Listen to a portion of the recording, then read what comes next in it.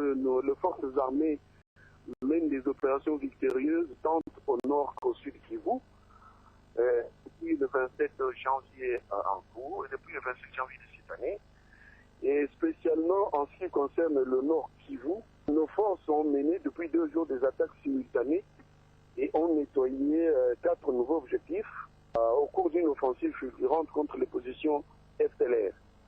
Et ces objectifs ont été nettoyés complètement. Il s'agit de Roussayo et Moutao, en fait les environs des localités appelées Roussayo et Moutao. Il s'agit ensuite un deuxième objectif, donc de Rougari Park. Il s'agit en 3e position du mont Moulimbi vers Tongo. Le mont Moulimbi est occupé par les FARDC, mais l'axe qui menait vers Tongo était en fait une sorte de position d'FDLR. Nous l'avons nettoyé et occupé. Si 4e objectif, Kirumba vers Bambou, position également totalement nettoyée et occupée. Et donc, le bilan humain et matériel se présente. En ce qui concerne le bilan humain, nous avons donc 33 FDLR capturés, dont un officier supérieur au grade de major. Nous avons au plan matériel 24 armes qui sont appelées Kalachnikov AK-47 que nous avons récupérées. Nous avons récupéré une arme lourde appelée RPG-7. Nous avons également récupéré des grenades offensives abandonnées sur le terrain par l'ennemi parce que totalement dépassées par la capacité et la puissance de feu de nos forces armées. Autre chose, environ 6 000 habitants déplacés des villages de Moulengue, Kishagala et Rambira qui avaient fui les combats regagnent progressivement leur milieu. Confirmez-vous cette information? Je confirme cela parce que vous savez aussi que nous avons pour mission de protéger notre population jusqu'au sacrifice suprême. Nous le faisons et toutes ces opérations, nous les menons dans le strict respect des droits de l'homme et du droit international humanitaire. Au-delà de ça, nos populations sont sûres, elles nous soutiennent, elles sont avec nous. Et aussitôt que nous nettoyons le secteur, nous aidons nos populations à se réinstaller parce que c'est notre devoir sacré. Merci d'avoir répondu à nos questions. Autre chose, du 19 au 20 janvier 2015, les institutions de la République démocratique du Congo ont été fortement secouées par le mouvement de contestation et de pillage suite à l'appel d'une bande franche de l'opposition qui s'opposait à l'examen et adoption d'un projet de loi portant modification de la loi électorale au Parlement. Un mois après, les langues se délient en Occident pour faire, sans surprendre, des confessions, mieux des révélations relatives aux stratégies des décideurs politiques et financiers du monde sur le Congo-Kinshasa. Nous sommes en ligne avec Tony Busselaine. Tony Busselaine, vous êtes spécialiste belge de la région des Grands Lacs. Vous dites dans une interview accordée à Olivier Ndekop que les événements de janvier dernier en RDC ont plié mais n'ont pas fait tomber le régime de Kabila au grand regret des USA et de certaines chancelleries de l'Union européenne. Pourquoi au grand regret et qu'est-ce qui explique ce mauvais traitement de Kabila dans les médias internationaux? Il est vrai que déjà depuis plus que 2 années, on peut voir que pour l'Occident, 2016, ça serait la date limite pour le gouvernement de Kabila. Et si on va plus loin, même après 2006, il y a eu des rapports de International Crisis Group, donc qui disent que les élections, même en 2006, n'ont pas donné un gouvernement démocratique. Donc ça fait déjà longtemps, il y a déjà depuis longtemps une sorte de méfiance de la part de l'Occident vis-à-vis de Kabila. Et il est clair que vers 2016, ils ne veulent plus que Kabila puisse continuer. Alors, qu'est-ce que les USA et les chancelleries de l'Union européenne avaient planifié concrètement contre le régime de Kinshasa? Feingold et Kerry est venu, John Kerry, le ministre des Affaires étrangères des États-Unis, et est venu à Kinshasa pour dire clair et ça devrait être la date limite pour le gouvernement de Kabila. Et Reingold a continué à taper sur ce clou. Et naturellement, comme pour beaucoup d'hommes politiques au Congo, quand des diplomates, des gouvernements à Washington, à Paris, à Bruxelles ou ailleurs, en Occident, disent des choses, c'est la parole de Dieu, c'est comme si c'est maintenant déjà décidé.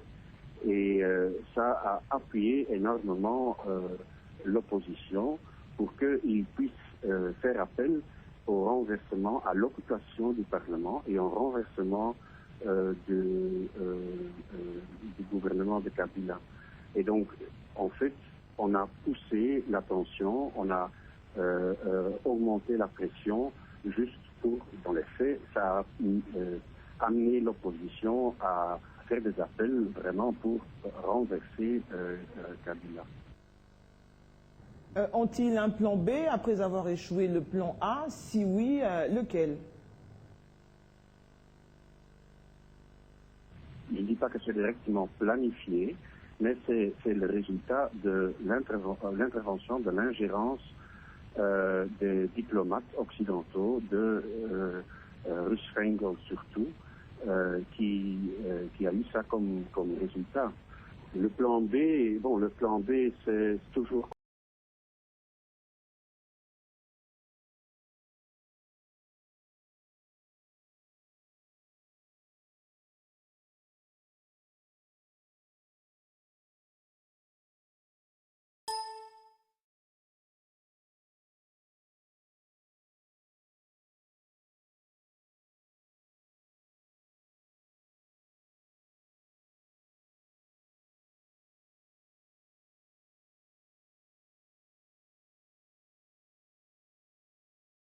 continuer, donc ils espèrent maintenant, donc ils ont été un peu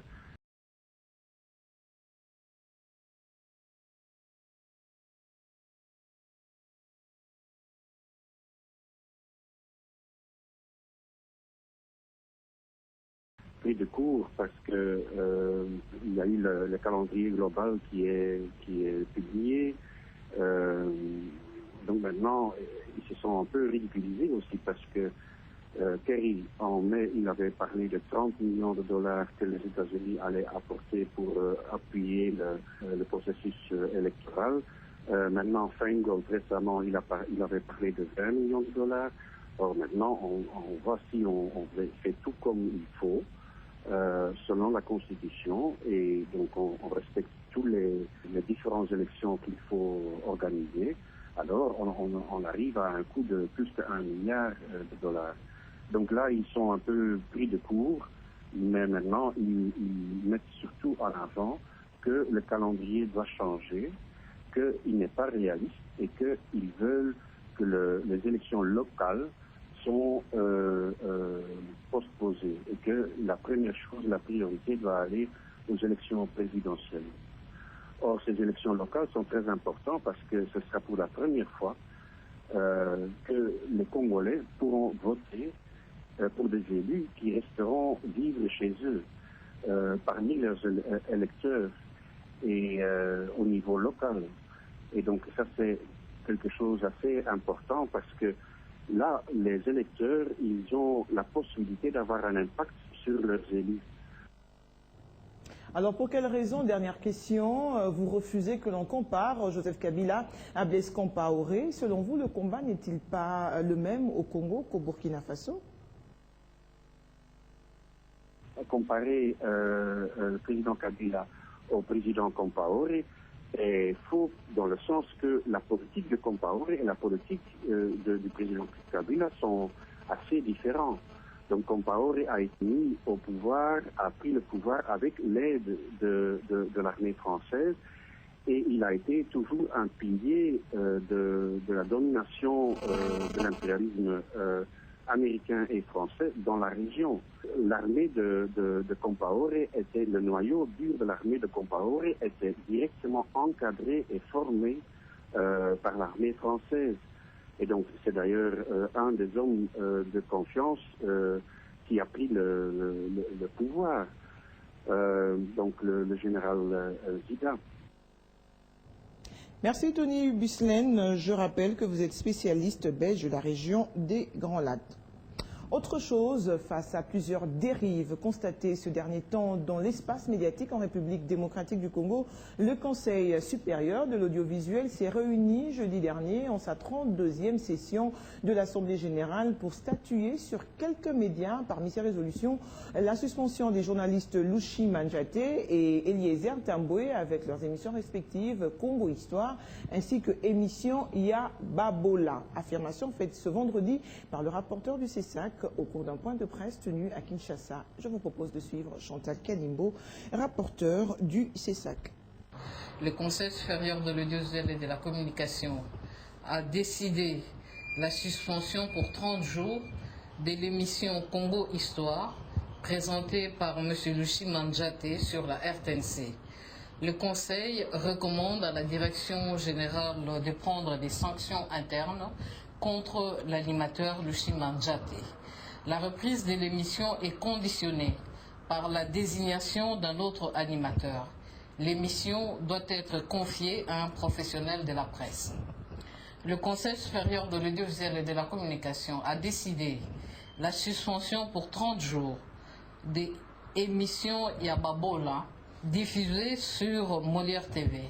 La reprise de cette émission est conditionnée par le dépôt au CESAC du cahier de charges de cette émission.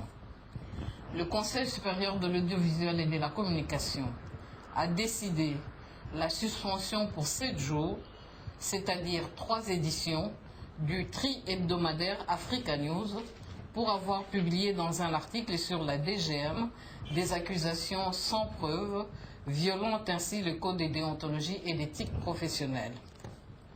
Le Conseil envisage de lancer très prochainement la campagne d'enregistrement des agences de publicité et de vulgarisation de la directive sur la publicité afin d'amener les opérateurs du secteur ainsi que les annonceurs à se conformer aux dispositions de la loi et réglementaires de notre pays en matière de publicité. Dans l'actualité également, le nouveau site de l'Institut national de préparation professionnelle fraîchement inauguré par le chef de l'État attire des visiteurs depuis tout récemment. C'est le directeur régional de l'Organisation internationale du travail qui a découvert la merveille. C'était à l'issue d'un échange que lui a accordé le directeur général adjoint de l'INPP, Claudine Ndoussi. Cette merveille moderne est le fruit de la coopération japonaise. Avec ce nouveau site, l'Institut national de préparation professionnelle devra encore mieux servir les plus de 32 000 personnes qu'il forme par an à travers notamment ses 32 centres dans l'arrière-pays. Lui, c'est un des visiteurs venus découvrir la merveille. Anéas Chipinga Chuma, directeur régional de l'Organisation internationale du travail, ici conduit par Claudine Ndoussi, numéro 2 de l'INPP. Peu avant, les deux personnalités ont échangé sur, entre autres, la valeur qu'accorde la République démocratique du Congo à la formation professionnelle, ce sur un exposé de Madame la directrice générale adjointe, démarche à laquelle ne pouvait qu'adhérer l'OIT, dont le représentant a soutenu l'importance d'y apporter du soutien. Notre rapport va être essentiellement axé sur le développement de programmes de formation. La visite va se dérouler entre les deux sites de Kinshasa, situé à la 6 et 11e rue, dans la municipalité de Limete. Oui, nous sommes très honorés par la visite du directeur régional du BIT. Étant donné que nous venons d'inaugurer notre beau bâtiment et notre ambition est de nous étendre et de moderniser l'INPP partout en RDC. C'est une visite qui tombe à point nommé car elle arrive au moment où l'INPP amorce un virage déterminant vers la construction des infrastructures, l'amélioration des prestations au profit des travailleurs des entreprises et de la jeunesse congolaise. Parlons infrastructure dans ce journal en ce qui concerne la production des enrobés coulés à froid aux émulsions de polymères avec la SOCIR. Une opération test en ce sens est en cours et elle a lieu à Menkao sur la route King-Akati. Nos reporters y ont fait un tour pour se rendre compte du déroulement des travaux. s'agit de la toute première expérience de cette nouvelle technologie de coulage d'enrobé à froid dans le domaine de la construction et de la maintenance. Nous sommes sur la route Kingakati dans la cité de Mankao où s'effectue le premier test. La machine appartient à l'entreprise Saucir. Selon ses ingénieurs, l'expérience est prometteuse.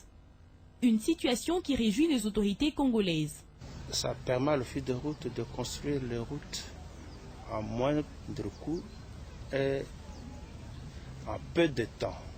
Donc c'est une technologie moderne déjà utilisée en Europe, en France, en Suisse, aux États-Unis. Nous voulons amener ça ici et c'est déjà sur place ici. La Saucir est une industrie au départ, mais dont l'activité principale est restée en veilleuse pendant longtemps. Et il a fallu avoir une idée pour développer les activités connexes. Son Excellence, Monsieur le ministre des Hydrocarbures l'a dit, avoir d'autres activités industrielles pour produire des produits dérivés de la raffinerie. C'était là l'idée au fait, tout est parti de là. Une fois réussie, cette expérience pourra s'étendre jusqu'en province et la Saucir pourra la mettre au profit des autres entreprises de grands travaux.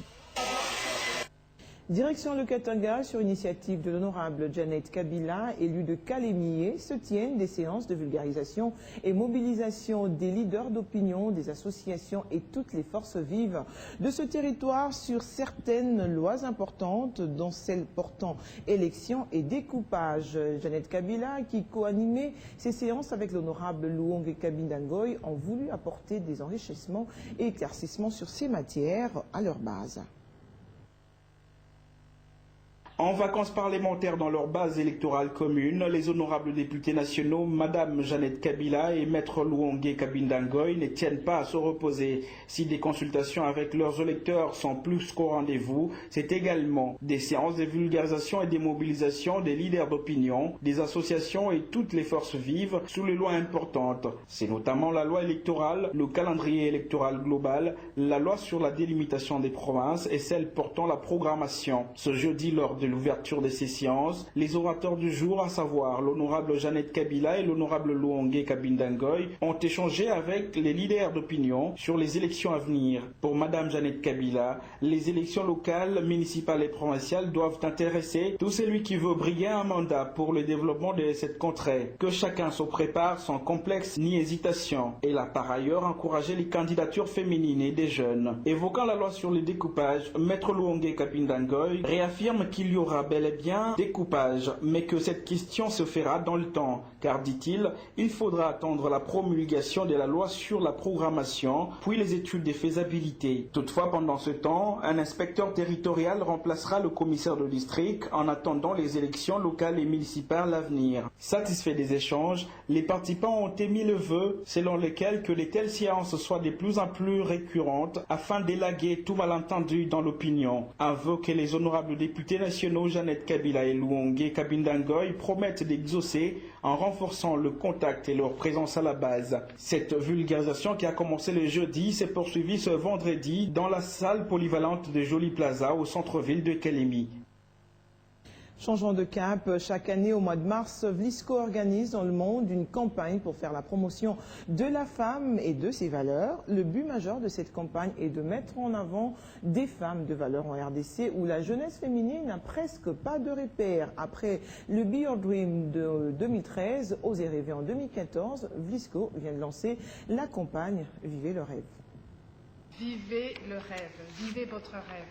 Et Vlisco associe cette campagne donc pour mettre en avant les valeurs de la femme, pour mettre en avant les qualités de la femme congolaise ici.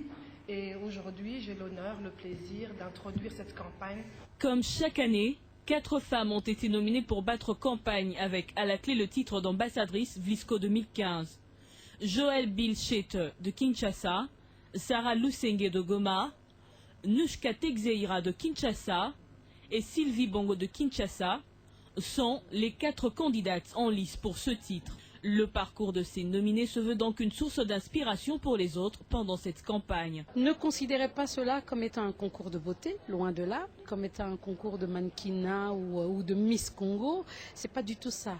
Pensez simplement qu'il s'agit d'une lumière, d'un regard porté sur un parcours. Aujourd'hui, être vraiment l'image de cette personne qui œuvre pour ces jeunes filles et voilà, il faut oser. C'est un message d'espoir pour les femmes vulnérables et les femmes qui sont dans une situation de pauvreté extrême, qu'elles peuvent se relever et se prendre en charge. Dans chaque femme sommeille un rêve, mais beaucoup de femmes passent à côté de leurs rêves. Et à travers cette campagne, moi je voudrais vraiment que chaque femme se découvre et chaque femme puisse réaliser son rêve. Les votes seront ouverts à partir du 1er mars dans différents points de vente où des bulletins de vote sont déjà disponibles, mais aussi par SMS en envoyant un short code de votre candidate au 42 58 15 ou encore sur le site dream.vlisco.com. Et c'est le 26 mars que les votes prendront fin et la lauréate sera annoncée lors de la soirée des rêves le 4 avril 2015. Et puis en sport, pour terminer, je voulais annoncer en titre, pour la deuxième année consécutive, le Football Club MK sera au rendez-vous des 16e de finale de la Coupe de la Confédération, et ce, malgré le nul d'un but concédé ce vendredi au stade Tata Raphaël face à l'Étoile du Congo. La victoire de 2-1 du match aller à Oando au Congo-Brazzaville permet à l'équipe de la RDC d'assurer sa place au prochain tour de cette compétition. Cette édition du journal Sœurs et Ferme, merci de votre attention soutenue depuis Calémier.